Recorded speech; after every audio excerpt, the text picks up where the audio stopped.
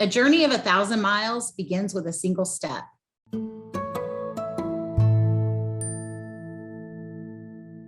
Hey guys, thanks for joining me this week. I wanted to talk to you guys a little bit about Wanderlust. It's been something that's been on my mind and something I've been thinking a lot about. And for those of you that don't know what the definition of Wanderlust is, it's a strong desire or urge to wander or travel and explore the world.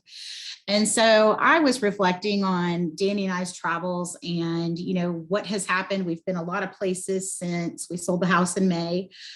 We've spent a lot of time in Florida. We've hit 5 states in 2 days recently, just via traveling. So I was thinking of Wanderlust as a whole, and I was thinking about its definition, and I was thinking about traveling as well as just personal growth. And so I think personally, after giving it some thought, Wanderlust can be more than just an urge to travel. And in doing that, I thought, gosh, I'm so wanderlusty, I guess, if that's a word even. And I thought, about the different things, whether it's wanderlust in your career or wanderlust in your personal growth or wanderlust in learning a new language, or, what exactly does it encompass? And for me, I decided it affected all areas of my life, not just the urges of me to travel and explore the world, but to have new experiences and experience new things and, the perceptions and the realities that I learn and gain from doing that. And so, I had a couple of quotes that I read, and then I had a couple of things that I came across that were ways to cure wanderlust when you can't travel. And I kind of wanted to talk through those and share those with you guys. So, one of the things I read that I thought was really a cool kind of look at or view of wanderlust was the world is a book, and those who do not travel read only one page. So I want you guys to think about that. And, traveling in our current climate today can be scary and, daunting, and it can be a lot of hoops and loops to jump through. And so, for me personally, I'm not looking to travel outside of the country anytime soon, just with everything going on. But there are a ton of places in the US that I want to see. And so I encourage you to think about, looking outside of your current city, your current state, and what are the areas and things that you want to see, and how can you kind of curb your wanderlust desires and needs in other ways to fulfill that. So I also read some people are meant to be actors, some are meant to be dancers, and maybe I'm just meant to be a traveler. And so one thing or story that I want to share that's kind of funny is that, Danny and I have been together for 24 years, and our entire life, he said, let's sell everything and live in an RV. And I said, no way, I'm never doing that. It's super important to me to have my bathtub to soak in bubble baths. It was important to me to have my bed and my nice big TV in my bedroom. And, the thing that encouraged us to take this leap of faith and to do something different and kind of follow our wanderlust or bucket list, if you will, was to sell the house and to sell all of our things and put them in a 10 by 15 storage unit. It's stacked floor to ceiling, but that's all that we own. And, how can I, encourage those types of behaviors or experiences of getting out and seeing and doing more? And it really opened my eyes to how much I've done a lot of traveling. I've traveled for 15 years for work, but how much of the US I haven't seen. Like, I really want to go to the Salt Flats in Utah. How amazing will that be? I see pictures. It's gorgeous. I have a deep desire to go to Lake Tahoe and experience that lake and those beautiful pictures with the pebbles and the clear water. And I'm excited to see it in the summer, and I'm excited to see Reno in the winter and the snow and those experiences that I haven't had. And so I think at my core, I was meant to be a traveler, not the artist or the dancer, if you will. Nobody wants to see me dancing. But, the other thing that I saw was that, jobs fill your pockets and adventures fill your soul. And I've been in a whole soul searching mode lately. And just really reflective recently. And so, I think that that's so true. The adventurous part of me, I love a good adventure. I love waking up and telling my husband we're going on an adventure today. And I did that while we were in Florida in Fort Myers. We woke up on a Saturday and I told my husband, get some clothes on, but you don't mind getting dirty. And I wouldn't tell him where we were going, but we went and rented an RV for the day, not an RV, ATV for the day. And we went to an ATV park, and we used to do that all the time. And, as time and we grew and the kids grew up, and it became something that we didn't do as often. But it was something that we needed. Our souls needed that. We wanted to get muddy. We wanted to get dirty. We wanted to see and live that experience again. And now we are on the hunt for another ATV to pull behind us, or to have in our toy hauler, so that we can experience that rugged, rough, kind of adventure.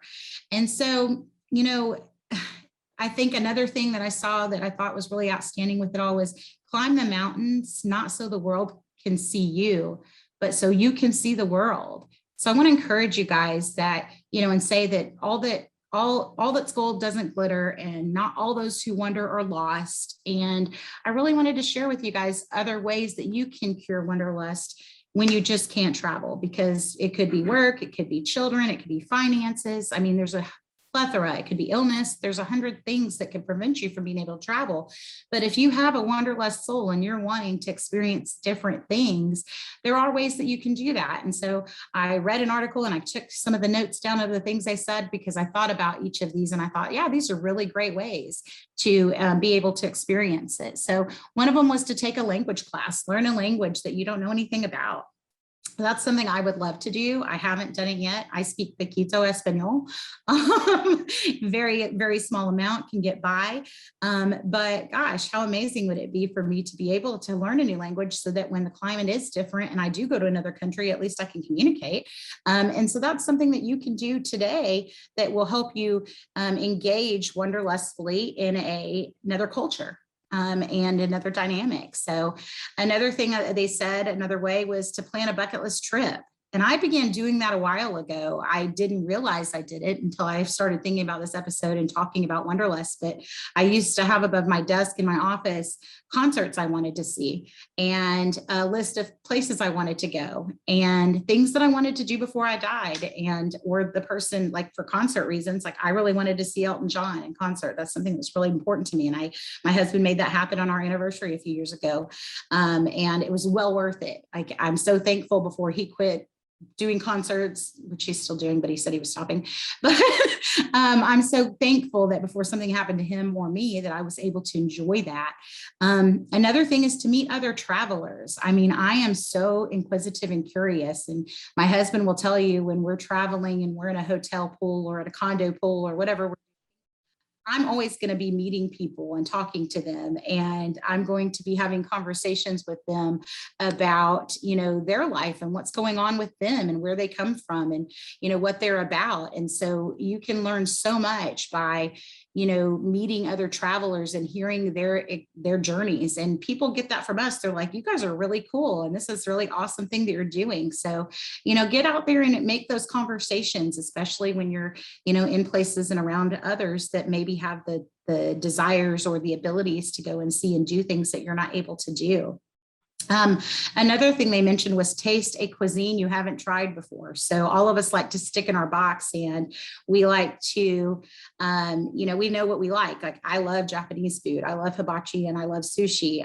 I like a good Italian restaurant. I am not a big pasta eater though. But I think there's a lot of cuisines that I haven't tried. And now that I'm older, I could really expand my ability and my cultural awareness by doing that. And so I think that was a great idea. Another big one that I really loved was to be a tourist of your own city or state. I can't tell you how many places that are in the state of Georgia that I haven't visited that I would love to visit. I mean, you see them, you hear about them, you just don't go because you're there and life happens and, things happen. So I encourage you, if you can't travel extensively, like do day trips. One of my favorite places to go in Atlanta is up to Burt's Pumpkin Farm and the apple farm that's up there every year. And so that's just one of the things that I love to do and that I love to take people that are new to the city or town to. But there's a ton of things in Georgia to see and experience. So don't limit yourself no matter what city or state you're in. Another thing they mentioned was reminiscing on a past trip. I think that would make me more wanderlustful, but I don't know about you guys. I would be like, gosh, I just wish I was there again. But I thought that was a cool idea. Mimicking a hotel experience. So funny story on that one. When our kids were little, every year we would take, our 2 weeks vacation. And one of those weeks, Danny and I would take as a couple and spend time together and reconnect once a year, which was really, really healthy and good for our relationship. And one of those weeks we would spend with the kids. And so we took them to Vegas when they were younger, and we took them all of these different places. We always went somewhere every year. And one of the things they wanted when they were really little was they wanted room service. That was like super exciting for them to experience room service. So it so happened that we were on an East Coast beach trip, and we ended up staying somewhere that didn't have room service. So we had to go to the local Waffle House and bring the kids their breakfast in bed. And so that's a really great idea, is to mimic your hotel experience, like order in food for the day that you wouldn't normally have. Get yourself a really awesome spa bath rub and like get you some candles and soak in that tub, or, lounge, or get you things that can remind you to feel like you're at a resort or that you're in a hotel, and have that experience that can be really relieving for you for the day, and just, revel in it. Read a really great travel book. I love Eat, Pray, Love, and I love Wild. Both really good travel books, tons and tons way better than that out there, I'm sure. Those two are just my favorite that I wanted to document down or mention to you guys. Master an activity that you can enjoy on vacay. I loved that one. Like I see people, I'm not sure exactly what it's called, but paddleboarding. And I want to do that. And I'm so enamored with the ocean. The ocean fills my soul and brings me a lot of joy. Just the salty air and the smell of it just is so good for me. But I've been watching, it comes on my feed all the time, of these people paddleboarding, and there's this ginormous whale right beneath them. And in one of the videos I recently saw that I showed my husband, I was like, the whale's fin tips the paddleboarder's board, and they're obviously knelt down and being very gentle and careful, but that whale's fin pushed the paddleboard a little bit. And I told my husband, I was like, can you imagine? My heart would be beating out of my chest. Can you imagine how exciting that would be? And one of the things I've always been wanderlust about is visiting Seattle, and really going up into Washington and into those waters where those whales are frequent, and you can kayak with the killer whales that swim around in that area. And I think that would be so exhilarating and exciting and scary, but fun all at the same time. So I think that there's ways that I need to definitely master a paddleboard or a kayak before I do either of those activities. But that's a way that you can prepare and kind of get your hype up, and get you ready for it. Change up your routine. If you're on a day-to-day routine, we all can, go to work all day, serve our 8 to 10 hours or 12, whatever your day looks like for you, and get into the rigor of just the day-to-day operations of doing the same things. It's like you get up, you get ready, you go to work, you work all day, you come home, you make dinner, you bathe your kids, do homework.